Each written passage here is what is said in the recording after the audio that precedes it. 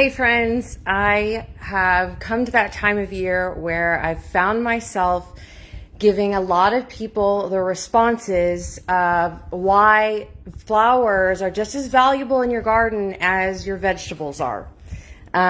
This delineation that we've somehow made in the United States with the monocropping thing has carried on for such a long time that we actually, I don't think, really consider the value of flowers in our garden. And in fact, we don't even consider that everything that is in our garden flowers, like the broccoli and the radishes and all of those types of things. So I wanted to spend a little bit of time. I spent time on my Aislinn Campbell every Sunday morning, 10:30 a.m. live this past Sunday, this past episode. So you could go back and did some more intense, the gardening side of it. But today I want to show you the value, because I think that the value is something that I heard a comment just the other day. I'm switching to vegetables more than flowers. It can be so expensive.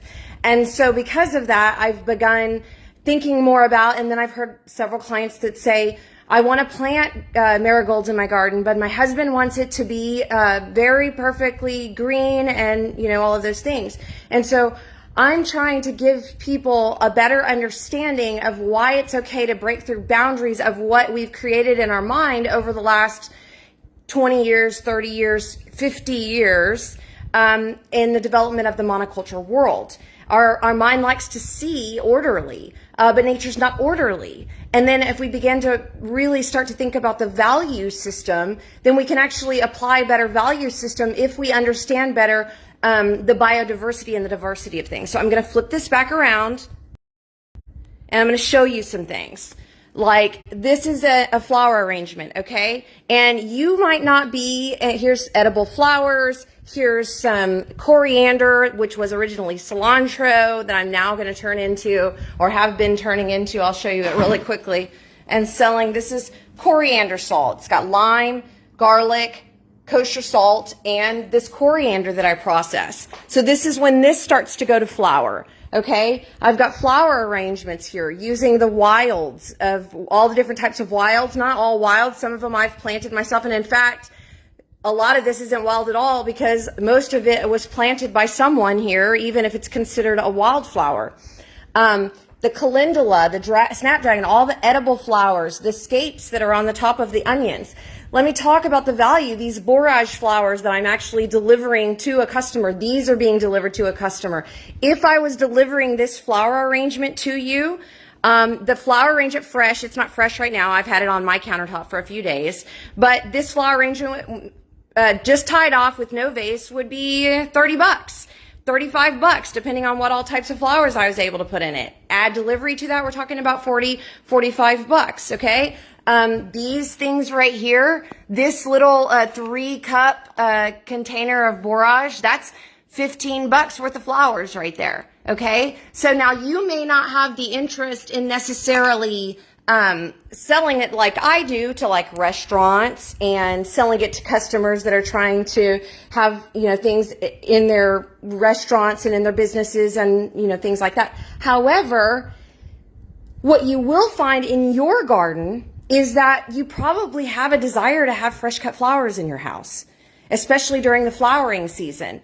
And if you can't afford to go out and buy fresh cut flowers for your house, you probably wish that you could. And you can, because these will actually reseed themselves on their own once you've bought a couple of plants. Once you've got some seeds, a package of seeds over the year, they're going to reseed and reseed on their own. They actually become more like a weed than anything else. And then you have to go in and cut them in order for them to make more flowers. And that's what the production side of it becomes. If you're not interested in the production side of it, that's what it becomes.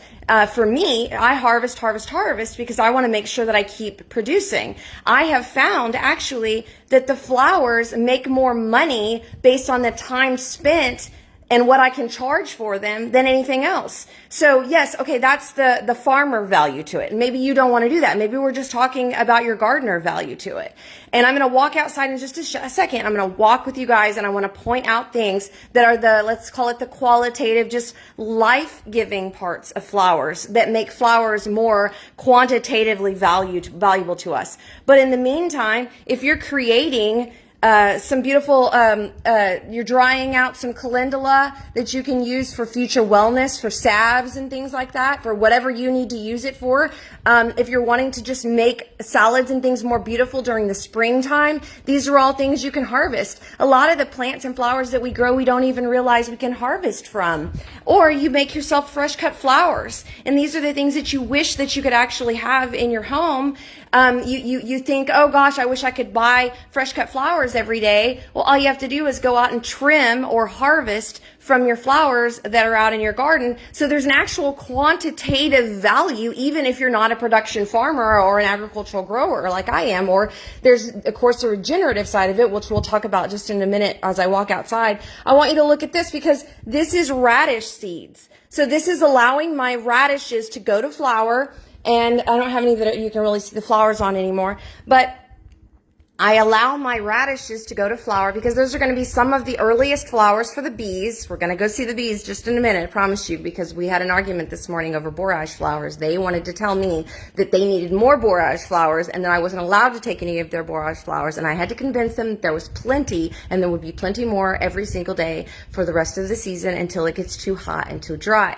So that's what's happening here. And that's actually what's happening with the radishes as well. So I'm letting those go to flower early. As soon as the temperatures change in February, the radishes start to go to flower. And that's some early seeds. And what I've got here, instead of allowing these to dry out, of course, this is where I might see some harlequin beetles, some aphids. So they're also a catch plant. So they're catching bugs. They're helping the beneficials by having flowers on them. Now they're starting to create seeds. This is an early part of the time. I would let these seeds dry out on the plant, but because right now I'm trying to do some cleanup and wanting to plant where these plants are at, I'm harvesting this, and then I'll take these, and they're great in a Asian stir fry type of dish. They're fantastic. They have great flavor and mouthfeel. And so those are things that you can harvest when we're talking about the flowering side of things and allowing things to flower. Now I'm going to flip this around now that I've walked outside. And I'm going to show you, okay, here's another valuable, and most people know this side of it, but I also harvest from my porch. You know, look at my beautiful snapdragons here, and these are I forget what they're called, but these are really great if you've got nice bunches of these to add into flower arrangements as well. This is Scapes, or the pincushion flower, is just as edible as the bachelor button that I always show you guys. These beautiful geraniums are just amazing and gorgeous. And some of them are for flower arrangements, calendulas of colors of yellow, and some of them are just for the beauty of my porch. There's some more of the coriander seeds that I'm going to be processing today to make that coriander salt. Okay, so then we look up, that's just nice, front porch. That's some quantitative value to porch appeal, right? Now come and look this way. You've got this nice shaded covering over here that's got this amazing wisteria that's grown up over the top of it. That's going to create shade. Of course, that smell is so beautiful. And also, of course, it's going to bring in different types of beneficials. Of course, all of the different types of trees start to bud and flower at this time of year. And those are drawing in all of the amazing beneficials. But you also get the scent, especially with certain types of citrus, the mountain laurels, those wisterias. A lot of that stuff just smells so beautiful. And so if you flip back around this way, you can see I've tried really hard to let the flowers go to bloom out here for the beneficials to come up. You know, I'm going to need to get into some of these places and start to mow as it's getting too much of the weeds that I don't necessarily want that are starting to seed. But then you're seeing over in the garden, and you can actually hear the bees right now. They're just buzzing. Look at the roses. And the roses are good for your apple plants. They're good for your tomato plants. There's lots of things about roses that draw in things. When you put tomatoes and roses together, they actually companion well and support one another. More calendulas out here in my garden, bachelor buttons. These are all the things that I harvest and sell from. This time of year, I'm working to create a catch row and a wildflower row. So I'm letting water just soak in. That's what you're seeing right now. Too much overhead watering on flowers and leaves that flower and fruiting plants can be a bit of a problem. So try at this point in the year to start letting the water go on the ground. Hopefully we'll get some of that overhead raining and flooding that we always get. This is a poppy, and you actually can use these if you choose to. I mean, you might just want to leave them because you enjoy them so much and they just kind of fill in and they draw in beneficials. But you can actually cut these out pretty deep, and they were in that flower arrangement that I made earlier, that I showed you guys earlier. Anything in the aster family grows really well around here. That's all our daisies, a calendula, lettuce, things like that. So they grow and flower really well around here. Here's another wild poppy, wild type of poppy. Now you can see all of my cilantro that is now coriander, and then as it goes to seeds. Now currently I'm sharing a lot of this with the bees. I mean, look at this plant right here. Do you think that if I'm growing this out here in this way for the bees to come, that they will probably come and pollinate our vineyard here with our grapes that we make wine from? So, and then back in these corners over there, the peach trees, the pear trees, all of the things, the fig trees, the things that we want pollinated, but we're drawing in all of these magnificent pollinators because we've got so much of this coriander growing out here. Now in the midst of that, I've got lots of this blanket flower, and the blanket flower has come up on its own. I haven't had to spend any time on it, and look at the row perfection that you can add to it if you want it to be more orderly. If you want there to be green rows of green beans. And I'll show you over in the other garden where I've got like basically flower rows. And eventually, because I really had an opportunity to sell some amaranth and some things like that to a cut flower, a bouquet maker, the gal that does wildflowers, I've been really adamant about trying to get this stuff back in again, growing well, so that I can put that stuff back out. But it makes these beautiful firecracker celosia flowers. The dill this time of year is really, really good for all of the different caterpillars. So as you're trimming back your dill, and you take a look at it and look for a caterpillar, a swallowtail butterfly caterpillar, because you're probably going to see one on there, and you might choose to leave that dill there for the animal. I mean, for the insect, for the caterpillar. You know what I mean. You do have to kind of keep it trimmed up, just like you keep your flowers trimmed up from the dill. You want to keep those trimmed up when it's really wet. Now, if it's dry like it is, you can see how dry it is here. If it's dry like it is, you're not going to have as many problems with the mold. But in the meantime, if it starts to get too crowded in a space and you have too much shading and too much moisture, you need to cut back some of that dill before it flowers. So keep an eye on it, but let the caterpillars eat it, because they'll help you with that thinning process that always makes us all a little bit sad to have to thin things out. So you can also go through and, let me see if I can find one. Yeah, you can also go through and take the scapes off of your onions. You know, about this time when your onions start to do this, it really just means that they're not going to build as much on the bulb anymore. And that just has to do with where it was planted and how it was blocked from the sun and, you know, things like that. But it's not really that big of a deal. You can actually use these for flowers if you choose to. If you are ready to start knocking your onions over, you can do that. I don't want to spend too much time talking about more of that gardening stuff. I just wanted to show you guys around and give you some understanding of the value of flowering things and letting your lettuce go to flower, because those things will reseed. I always talk about that all the time. Okay, quickly, one more little gardening tip. Do you see this? This is the harlequins that I was talking about. And the thing that happens with them, you do want to kill them, because what they're doing is their job is to take out your brassicas. So if you don't want all your brassicas to be taken out, planting companion way is really a helpful way, because it doesn't just go down the row and knock out everything. But it's doing its job. It's decomposing of this flower seed situation that's going on here. The plant is probably not as healthy anymore, so it's time for this plant to come out. Now, one thing you have to be careful of is the moment you touch them. Let me see if I can. Well, I'm going to grab these and kill them. That's how I handle it. But the rest of them will start to drop off. They just drop. And once they drop from the plant, you can actually sometimes catch them in a catch bucket. But know that, like, one of the good things is that this is actually catching some of those guys. They're eating that instead of eating other types of things, because they're going to be around regardless. What I'm trying to do is feed those to my chickens, cut them out if they start to become a problem, and keep them off of my young brassicas that I'm still trying, even though it's so hot. You can see the calendula that is doing well. I have to harvest from this calendula every single day. I've already harvested from it this morning. And so there's a lot of production value, but there's also a lot of qualitative value.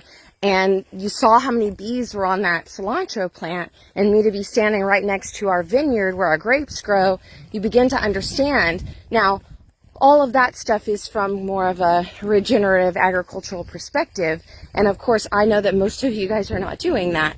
And so I want to make sure that I'm helping you out with some of the things that you're looking for. And I want to give you a value and understanding of the value of these plants.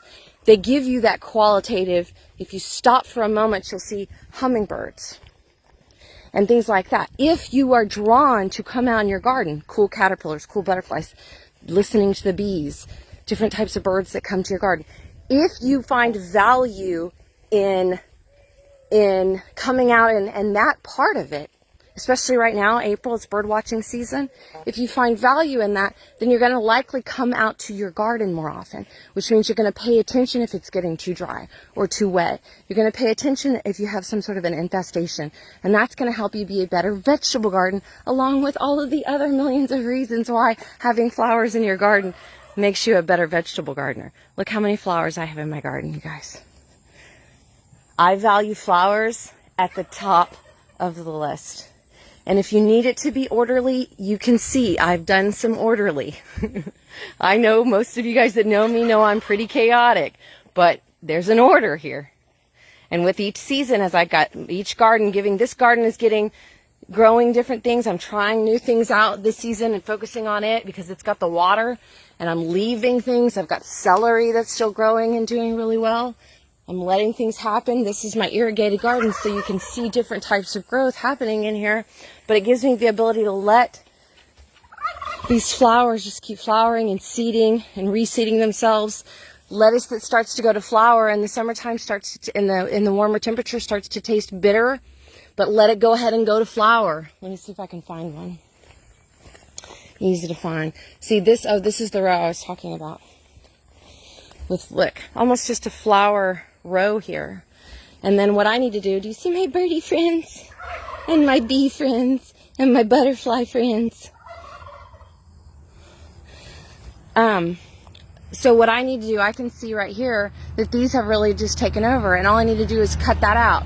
So I would just harvest these, and I would put them in an event that I'm doing, a farm to table dinner, or I would include them in a nice bouquet with some other pretty flowers and sell that.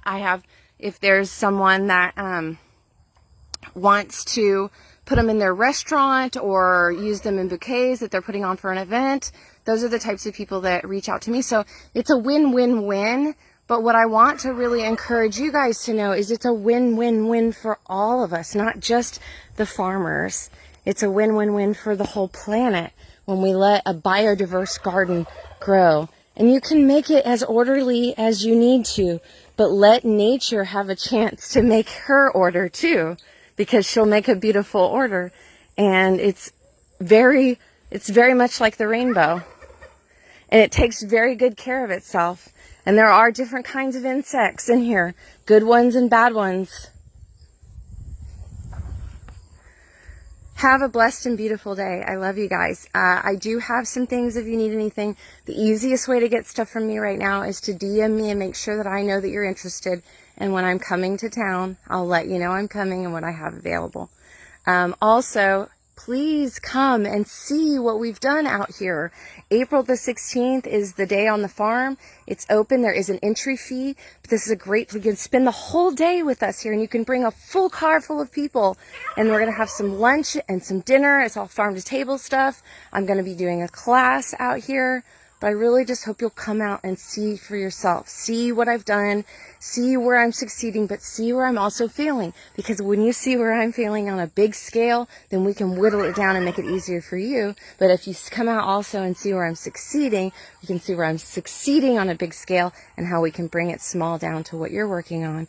And if you have a desire to transition into this type of homestead in your spaces, I would love for you to be able to see that too, and all the animals and the things that we have going on out here at Freedom Harvest Farms. That's April the 16th. If you need any more information about anything I'm doing, you can always DM me. That's super easy. You can listen to the podcast, Dinner Table Talks. You can check out my YouTube channel. You can go to my website, which is the easiest, most comprehensive way to get a hold of me, and that's aislingcampbell.com. Sign up for my email list. I usually send it out once, maybe twice a month in the springtime. I love you guys. I hope you're having the best day ever. Blessings on whatever you're up to.